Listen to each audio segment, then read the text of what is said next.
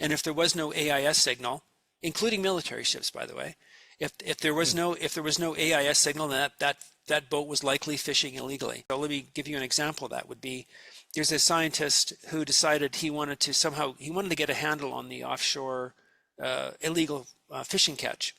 And that's a very hard thing to do because it's in a part of the world that no one sees, and it's a long ways away from what people seem to care about.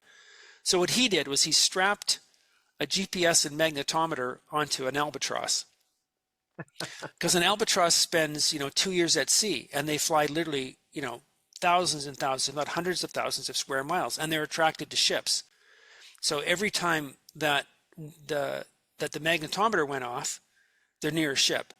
And if that ship wasn't on AIS, which is automatic identification system, like every ship over 20 meters long in the ocean has to have, by international law, AIS on it. And if there was no AIS signal, including military ships, by the way, if there was no AIS signal, then that boat was likely fishing illegally.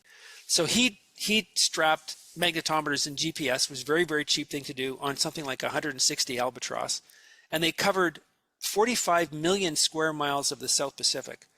And he found that his numbers reflected very, very accurately what estimates were previously of what commercial, illegal commercial fishing was. But you catch these people it was literally getting them with their proverbial pants down, because then you could contact, okay, there's a ship there, who is it?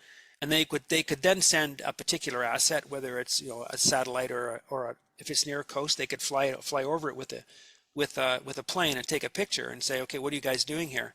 This isn't right. This is illegal. So there's very smart people doing very smart things that are having real impacts on some of the real problems we have, because we're really good at adapting.